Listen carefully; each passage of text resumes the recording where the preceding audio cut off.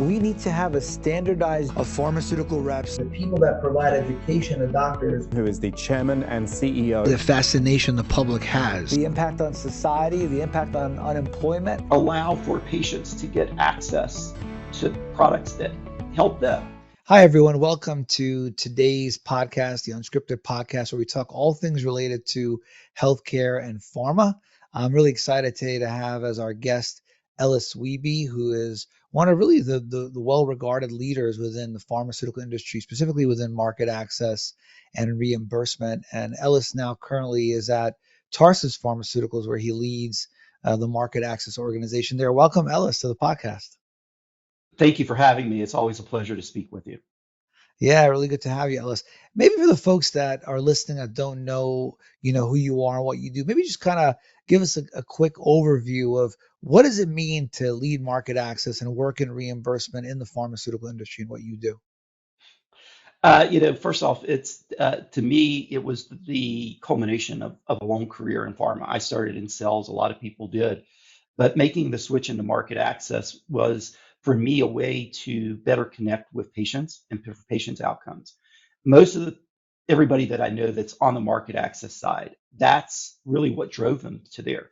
It's being much more connected to patients versus like when I was in sales, patients were always part of the discussion, but ultimately it was numbers. Are you hitting your quota? Where in market access, it's very much about, are you doing everything that you can to help patients get to the product that their provider has decided is the right product for them? And for me, I started in market access as a field reimbursement manager at FRM. And that was my exposure to that side of the business. I then progressed from being an FRM to being a district manager leading an FRM team, then a regional director for an FRM team, a national director. Then I also was able to kind of take a slight diversion and run pricing and market access operations to get me an exposure onto that part of the business before then coming here to Tarsus, where I have a couple of different primary responsibilities. I lead our FRM team, as well as I lead of all of our patient affordability options, things like our commercial copay program, our patient assistance program. And for me, those are aspects in which I can still see the direct result of what I do and what my team does on making sure that patients ultimately get onto the therapy they need. Yeah, so for people listening out there, they probably are familiar with, the friendly pharmaceutical sales rep that comes in, brings a lunch to the office, kind of goes, talks to the doctor and the staff, maybe gives a quick overview of the product, and it's like, here's some samples, that type of thing. So they're probably not as familiar with what you do on the reimbursement side. One of the things I think that people don't realize is the amount of work and effort pharma companies do put in to try to make sure that patients do have, streamlined access to their medications and to medications in general. Obviously, the FRM team plays a big role with that. Talk to us a little bit about co-pays and, kind of patient assistance programs in the pharma industry for people that are listening that don't understand how that works. What is that? How does it work? Because as you know, there's a lot always in the news about these drug prices are really high. Medications are really expensive. How, even especially now the tariffs, what's going to happen to my generic drug prices? Talk to us a little bit about, when pharma companies put together these copay or these patient assistance programs and copay, cards. What is that all about? It's a fantastic question, and it's an essential part of making sure that patients get access to branded medications, especially if you look in the specialty realm, the rare disease realm, where prices can be high. Copay programs are set up for commercial patients because there are laws that don't allow for manufacturer assistance to patients that are on government programs like Medicare or Medicaid, things of that nature. But the commercial copay programs are there to provide extra financial assistance for the out-of-pocket costs. Everybody has a different plan design. More and more people are in high deductible plans. where they have to burn through their entire deductible before they even get to what Yeah. their standard copay or coinsurance is. Even once they get to a copay or coinsurance area for specialty medications, for rare disease medications, that out-of-pocket cost can still be very high. And so manufacturer copay programs are set up to help eliminate that as the deciding factor on if a patient gets medication or not. So let's just say a provider prescribes a specialty medication. It may come back as a copay cost of $800, maybe $1,000. And copay programs are actually set up to buy down that copay down to a more reasonable amount. Some companies are set up where their copay buys them down to a $0 out of pocket cost. Others set $5, $10, $25, but it's Right. all set up to make sure that it's at a reasonable cost to the patient. So why is it that you hear so many patients, especially older patients that have comorbid conditions, and they're saying, you know what, I'm paying $300-$400 a month on this one medication. Is it that they just don't know about the assistance program or these copay cards? What's the reason that that happens? So there's actually multiple explanations for that. If a patient is still in a commercial insurance program, that they get their insurance through a commercial agency, the most likely reason is that they just don't know. And maybe even the Mm. staff at their physician's office doesn't know the process. Maybe the pharmacy isn't proactively asking or providing them with the assistance. That's something that my company, all companies, try to work both with our providers and with the pharmacies to make sure that it's proactively offered, that we aren't relying on the patient's understanding, their memory, to ask for the assistance, that it's proactively involved. That's one aspect. The second aspect is when you talk about older patients, a lot of those are on Medicare. And Yeah. unfortunately, there are federal guidelines that state that manufacturers can't offer copay assistance to patients that are on government programs like Medicare and Medicaid. Mm. But a lot of times there are independent foundations that provide assistance for patients on Medicare. But I want to be very clear. Companies, manufacturers can't have anything to do with that. We can't set guidelines for these foundations. We can't actively promote that, but we do work with our like pharmacy, with providers to make sure that when appropriate, that our Medicare patients, if there is an independent foundation available, that a pharmacy educates a patient compliantly around these programs and their eligibility. If more Medicare patients understood the questions to ask around affordability, I think that more of them would take advantage of these programs Yeah. because, particularly in the specialty or rare disease area, almost every disease state has one or multiple foundations that are set up to provide assistance to patients who are in need. Isn't it amazing, right? I mean, really, it goes back to education and just the knowledge. Like a lot of people just are not aware. And because of that, they don't take advantage, to your point, of the support that's out there. It absolutely comes down to education. It's educating the provider's office. There's so many things that happen on a yearly basis that change plan design, whether it's on the commercial side or on the Medicare side.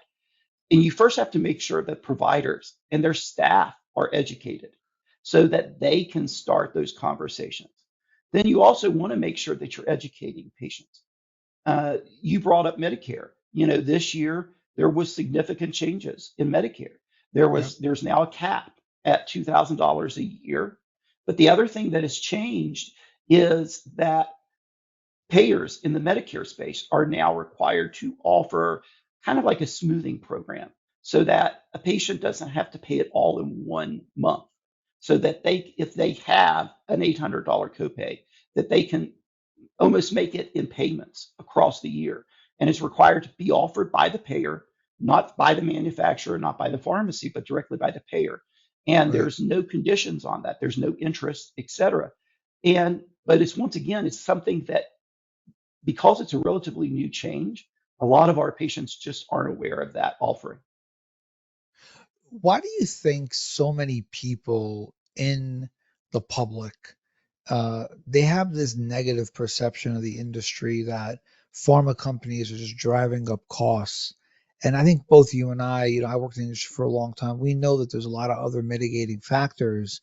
And as you just talked about, pharmaceutical companies, they do try to do what they can to streamline access for patients, including, hiring a reimbursement team and a market access team, because for them, right, selfishly, they want to have access for their patients for these drugs, but they also, it's a benefit to patients. They want the patients to get access. Why do you think they get a bad rap? Again, do you think it's just a matter of the fact that people don't understand how the system works? I think not understanding how the system works is a big part of it. I also don't think that we as an industry do a really good job of educating the public at large Yeah. on what we do. I think it's easy to fall into that trap. Somebody goes into their doctor's office and they see a rep that's out there in the office, and they see them coming in, maybe providing lunch, dropping off samples, and they hear on the news around uh, the pricing of a drug. But what they always report is a gross uh, price, not what actually ends up being paid. Mhm. A lot of times, if you actually dig into it, there's a huge difference in terms of what is a like sticker price. Yeah, like the I always list equate price. it to like, yeah, the list price. I always Yeah. equate it to like if you go to a car dealership, you see the list price that's on the sticker on the car, but you rarely pay that. And payers rarely pay the list price of a drug. They always pay a discounted rate. And then on top of that, then the patient pays their portion of that. I think as an industry, we don't do a really good job of explaining kind of what goes on behind the scenes, and we've Mm. allowed this narrative to happen in the public discourse that gives a distorted view of all of the things that industry is doing to provide affordability options for patients. Yeah, I agree. I don't think we do a good job of that in terms of advocating for all the things we do in terms of making sure, to your point, that patients get the medications they need, and in terms of making sure that people that work for pharma are trained in terms of ethics and compliance and things like that. I'll tell you a story. This is going back probably, gosh, almost 20 years ago. I was in Vegas for a big pharma meeting. So this was our company decided that they were going to do our national meeting in Las Vegas, and it turns out that the gentleman, and I'm blanking on his name now. He's the guy that did Fahrenheit 9/11, Michael something. You remember him, the Hmm. director? I do remember him. Yes. I'm blanking on the name now, but he also had another documentary called Sicko. Hmm. So I do remember that. Yes, do you remember this? I And do. it was and I gotta find the name, but he was basically there in Vegas stalking out our company. And they had told us, look, his name's Michael Moore. I just looked it up. So Michael Moore, that's his name, Michael Moore. Yeah. He was famous for Fahrenheit 9/11, but so he was there in Vegas and he was trying to get footage of us being in Vegas and trying to paint this picture that we were having a lavish great time, and you know how it is, in terms of these events. So it I could see from their perspective, it's like pharma spending, millions of dollars on these lavish events. No wonder why they're able to do this, because they're charging an arm and a leg for these products. So there's that sentiment, that negative kind of sentiment. And this is one of the reasons why, I particularly am really passionate about what we do at the ACMA, because ACMA is saying, look, if you set a benchmark and you set a standard in terms of effectiveness and compliance and ethics, and you do this through like any other profession, a certification, or licensing in other professions, That gives a greater sense of credibility and trust and competency, and that's better overall for protecting the integrity of the profession. To me, that's that coming from pharma. I think that's really, really, really important because, to your point, we don't do a good job of talking about ourselves as an industry that is very compliant. You and I both know it's a very heavily regulated industry. There's a lot of visibility, a lot of scrutiny on what pharma does. And yes, there are some bad actors, as there are in any industry. But Yeah. I would submit by and large that the pharmaceutical industry has done a lot of good in terms of improving the quality of life of tens of millions of patients. I mean, you think about I used to work at Gilead Sciences. You think about something like hepatitis C or HIV. HIV was a death sentence, and companies like Gilead, companies like AbbVie turned that around. Hepatitis C, most people with hepatitis C would go on to get hepatocellular carcinoma. Again, they turn that around. I'm sure you've experienced the same thing. So, what are your thoughts on that? It's an excellent point. I don't think that as an industry, we do a good enough job in explaining the rigors that we have around ethics and compliance.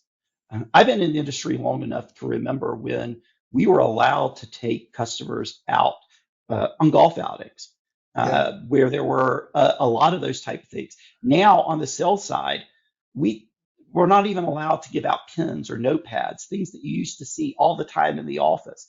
Uh, Standards have changed completely. We yep. are so regulated in terms of how we report everything to the government. Every dollar that is spent on an interaction between industry and healthcare professionals are reported and are available for the public to see. Yep. And beyond that, whether you're in sales or you're on our side, everything you do is audited. Everything you do is scrutinized, both internally and externally, to make sure that you're being held to the highest standards. You talked about it. We're the most heavily regulated industry. And then in my section around market access, we're probably have the highest spotlight in our area of any Sure. segment of the industry.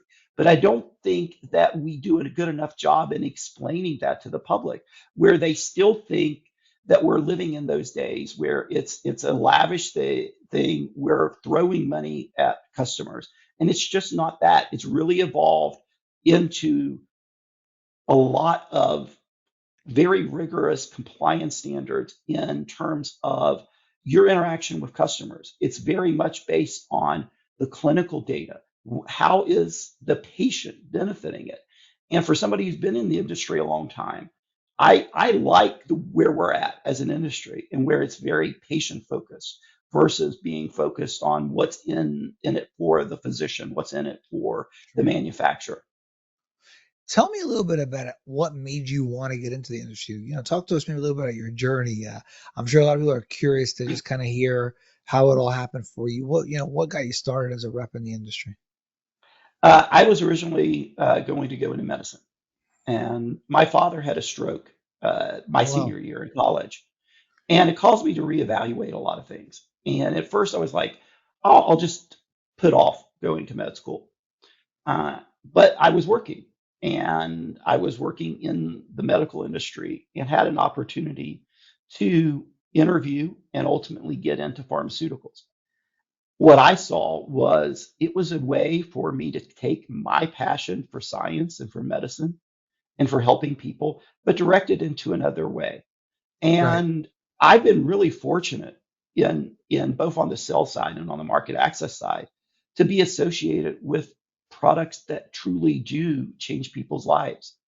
Earlier on, when I was on the sales side, I was with Genentech, and we were talking about stroke treatment at a time when very few people were. We were talking about the use of TPA in stroke, Yep. and it really transformed stroke care in this country. And that was very personal to me because I remember getting that phone call as a senior in college that my father had had this huge stroke, and being able to then be part of improving stroke care for others was really important. And then as I moved on and had the opportunity then to transition on to the market access side, I was able to, in other ways, allow for patients to get access to products that help them. My son is a severe asthmatic. Saw firsthand the power of biologics to improve his way of life. When he was in elementary school, there were times that he was out of school for months at a time and had to be Wow. homeschooled because he was going from, one horrible event to the other. But biologics changed his life. He was able to be active in soccer. He was able to be active in scouts. He was an Eagle Scout. He is an Eagle Scout. And he, when he visits his pulmonologist now, his pulmonologist says, your lung function is the same as somebody who isn't an asthmatic. His Wow. life is completely changed by the medicines that my industry provide patients on a daily basis. And as I look back, as much as you always say the what if you took that other Yeah. path? I feel very comfortable with how I've contributed in my own way to making therapies more accessible to patients. And I almost think of it as the legacy that I'm kind of building on for my father and for my son. That's great. I mean, those are both great examples. If you don't mind me asking, how old was your dad when he had the stroke? My dad would have been in his 60s when he had the stroke, Oh, wow. I mean, did it early cause 60s. him, did it debilitate him like severely after, or what was the situation? Yeah, that was actually the first of three strokes he had, and it Oh, was the wow. most severe. My father spoke five languages fluently, and he had to learn how to speak again. Wow. He had dramatic uh, changes in his ability to move and to do things on a daily basis. And this is somebody who, at the age of 22, immigrated to this country with $20 in his pocket, who built a business that was extraordinarily successful, that was built a life for myself and my brothers and sisters.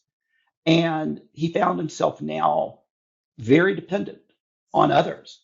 Now, he went through rehab and got better, but he still had so many of the underlying conditions, and he ultimately passed due to complications from another stroke.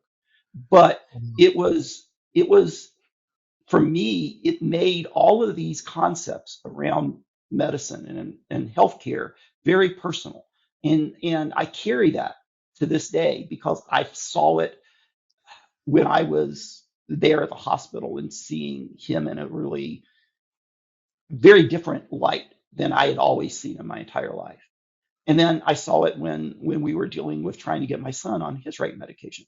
It allows you to see the worst situations that are out there, but it also allows you to see the opportunities that the advancements that we make in medicine can give to patients in need and to their families. Because these conditions impact not just that patient, but impacts everybody around them. Yep. It was probably the single biggest defining event in my life was my father's stroke. Oh, I'm sure. And with stroke, it's scary. I mean, it's like one minute you're okay, the next minute, you could be unable to speak, unable to move, it's scary. It's scary. And my condolences. Um, you've been in the industry for some time. I'm sure you've seen a lot of changes. Um, what are some of the biggest changes you've seen? And for somebody who wants to enter the industry now, what would be your advice to them and how to get in? If someone was interested in being a FRM or working in sales, what would be your advice for them? And what are, again, some of the biggest changes you've seen? I think that first off, the industry is not as large as it used to be. There Oh, was a really? time, yeah, especially on if you exclude the specialty space, talk about like where people generally get in is on like retail products. There's just not as many branded retail medications that are out there, and they're not supported by as large of a sales team.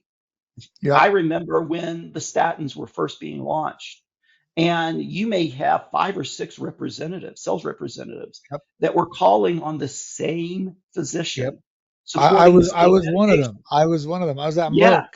We yeah, had Zocor and Merck and Pfizer had Lipitor. yeah. And there was a huge understanding within the industry at that time that reach and frequency, having more people talking to the doctors about it more often, was the way to move the needle. Yep. What you've seen is, particularly in the retail space, there's less of those huge blockbusters. So you could now have maybe one rep, two reps that are covering multiple products in their bag, and they're the only ones that are responsible for that product. Then you get into the specialty space, you there's not a need for multiple reps most of the time, Yeah. unless it's like in a co-promotion. But you start with that retail spot and then you move up. But what you've seen is contraction on the sell side, but at the same time, you see an expansion on the access and reimbursement side of the industry. When I started as an FRM, it was relatively a new position in the industry.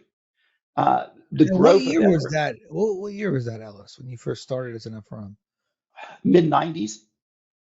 Yeah, because from what I remember, FRMs hadn't been out that long when I had entered the industry, which was in the 90s. It was like a new idea back It then. was. Yeah. And the first FRMs were actually there for strictly on the buy and bill side. And Hmm. sometimes it was even as pilots where they were out there. Now it is rare to see a specialty medication that doesn't have an FRM team supporting it, because what the industry has seen is, as payers have kind of changed the way that they approve products, the barriers that they put there, the prior authorization requirements, the right requirements for reauthorization, there's a much greater need for the education after a script is being written. So Yeah. if you think about it, the sales team is really responsible for driving home that clinical medic message, for getting a physician to agree, this is a product that I want to write. This is the patient that is the most appropriate for the product. But where the roadblocks happen now, where things kind of get into a bottleneck, is after the script has been written. Yep. And because of a lot of the compliance regulations that we talked about earlier and the scrutiny that's there has to be a separation between the sales message and the sales team and those people that work with a provider and with the provider staff after that. And that's where you get FRM teams involved. And those have exploded, not just in terms of number, but uh, how valued they are. I hear all the time from my friends in the industry, hey, we need FRMs in this disease state. Do you know of Yeah. somebody that would be Yeah. good at that? We're launching. A lot of times you get a company who launches thinking, oh, we are going to need an FRM team for the first year, Yep. as we get customers used to the requirements. But because everything it changes so quickly, whether it's the actual criteria that a payer is asking for, the overall landscape in access and reimbursement changes, even our customers, their staff is turning over at a rate that never happened before. So there's a constant need for education, for re-education. Yeah. And our FRM teams are on the front line of that. How do you think that impacts patient access? Because what we see, at our organization, ACMA, as you know, we were the number one folks in the country that certify all the prior auth specialists, all the field reimbursement folks. And we see that unfortunately, a lot of the time, people, outside of them doing the prior auth certified specialist program, they don't have any formal structured education or training around this. And they tell us, they try to wing it. And unfortunately, it causes a big, downtime in terms of just a waste of administrative resources. And I've talked to people at some of the big clinics, Cleveland Clinic, Mayo Clinic, you name it, Brigham and Women's, and many of them will say to us like, we weren't trained, we don't know. And I just find that crazy. It's actually very rampant.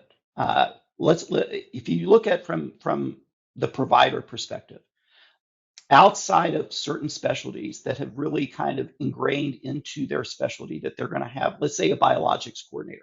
Rheumatology was one of the first in this area because almost everything in rheumatology is biologics. They all Yep. require a lot of documentation. They were the first to really kind of say it is key for our practice or our clinic to have somebody dedicated to understanding all of these programs, how to Yep. get the patient approved, how to get them reauthorized, how Yeah. to take advantage of the financial assistance programs that we talked about earlier. But you don't see that in every practice. Unfortunately, what you see is a lot of times they pick somebody else out of the staff that's doing 4 or 5 other things and say, hey, by the Right. way, now it's your responsibility to also do the prior authorizations for our medications that need this. And they're just thrown it at them without any formal training. And Crazy. I hear this all the time, not just in my current role, but in previous roles, where our customers come to us and say, we need your help. I have staff people who tell my team all the time, I don't even know what you mean by a prior authorization. I don't know Wow. what you mean by cover my meds, Wow. because it's somebody that's just thrown in with absolutely no other knowledge. And it's nothing on that individual. They've just never been trained. It would be Right. like Right. me talking to you about this and I didn't know what a copay card was. They don't know any of that. I don't know. So Yeah. they have to lean on industry to provide them with a lot of the basic training and Yes. knowing that because of dynamics within offices or clinics, that person who may be responsible for a prior auth today may be gone in a week or in a month. And then you're starting that whole process all All over over again with again. somebody Yeah. somebody else. Yep. Yeah, that's terrible. And you're right, it's not on the person. And this is one of the reasons why what we're finding is a lot of pharmaceutical companies come to us and say, we want to provide these educational resources and tools to our doctors' offices. We want to support them because they need help. So I totally agree with you. It's exactly what we're seeing in the space, and the fact that you and I both know the number one reason for care delay in America is prior authorization denials. I mean, that's Yep. even the latest survey that came out of the American Medical Association showed that. So it really is something that I think it needs to be addressed. I don't know if I've shared this with you, but one of the things that we found, we did a study and we showed that there was actually a 50% reduction in delay in terms of getting a prior auth approved when people go through the PACS program, which I thought was crazy. So it's actually the first education. We have a bunch of data points, but it's the first educational program to show you get actual changes, concrete changes in outcomes in terms of denial, the time it takes to interact with insurance companies, so forth and so on. And I think that is a testament to how important education is, how important knowledge is. Like really having the education, the knowledge, the understanding of how the whole process works. Just like you were talking about before about the copay cards, patient assistance programs. People don't know. You don't know what you don't know. And so until you're trained and someone explains it to you, a lot of times you're kind of lost in the woods. Just one final question as we're wrapping up. What's your take on the role of AI, digital transformation in reimbursement? So there's been a lot going on, in AI. We're all using ChatGPT for something, right? Um, what's your take on how it's going to transform specifically pharma market access reimbursement? Yeah, I think it's an extraordinarily important topic at this point in time. I think that AI and other kind of related digital health tools, they're going to be a game changer for our industry. In fact, in many ways, it's already starting as more systems like electronic health records and e-prescribing platforms get fully integrated into payers.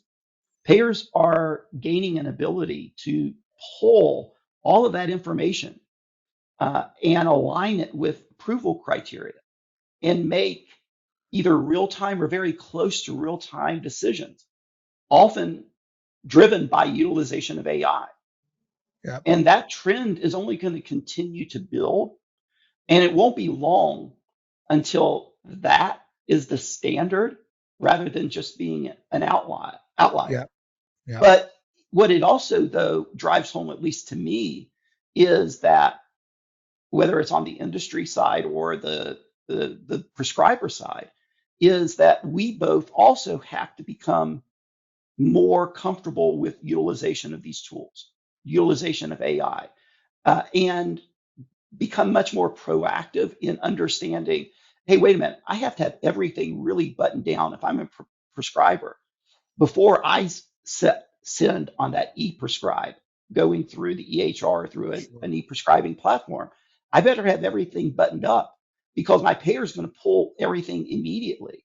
And I may end up getting a denial. And as you and I both know, it's a lot longer to fight a denial than it is to submit in a prior authorization right the first time. 100%.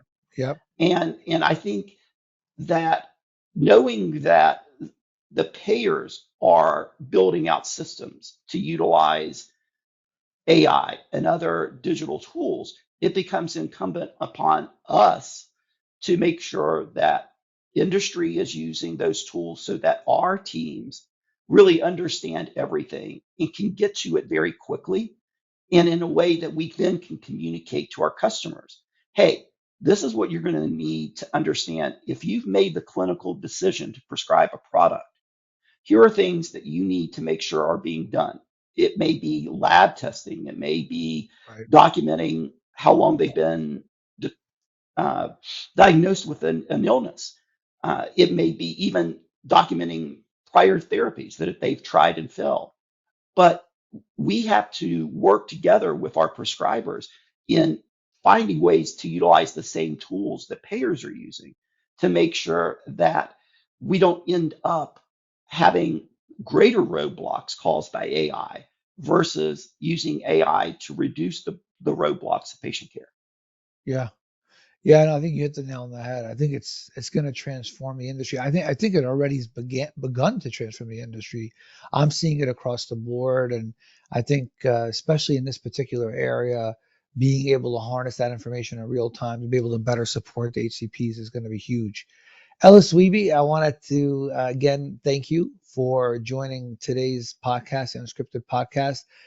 For those of you listening out there, thanks for listening and watching. Make sure that you comment below. Let us know what other questions you might have for Ellis. We'll make sure we get it to him. Make sure you comment, like, follow, subscribe, and be sure to continue to watch us for all things healthcare and pharma. We'll talk to you guys soon. Thank you again. Really appreciate it. Thanks, Ellis. That's a wrap, Lucy. Sounds good. Thank you guys. Yeah, that was great, Ellis. So the team will work on the edits and on the marketing side, and then once we go live with it, we'll let you know. We'll post it and obviously send you a copy and whatnot. Let us know if you want any particular cuts or shorts of it or anything like that. Oh, absolutely. Like I said, I enjoyed it. I'll tell you this. I like the way that you do things because it is conversational. It's I not tried, yeah, I a tried to make script. it more organic. Yeah, Yeah, but I think that gets a lot more buy-in from people yeah, versus something that they see almost as like it's fully scripted. It's almost like a commercial. People want a conversation. It's the same yes, thing. I mean, I tell my team this all the time. When you're in front of customers, don't act like a robot and you're just right, spitting out something.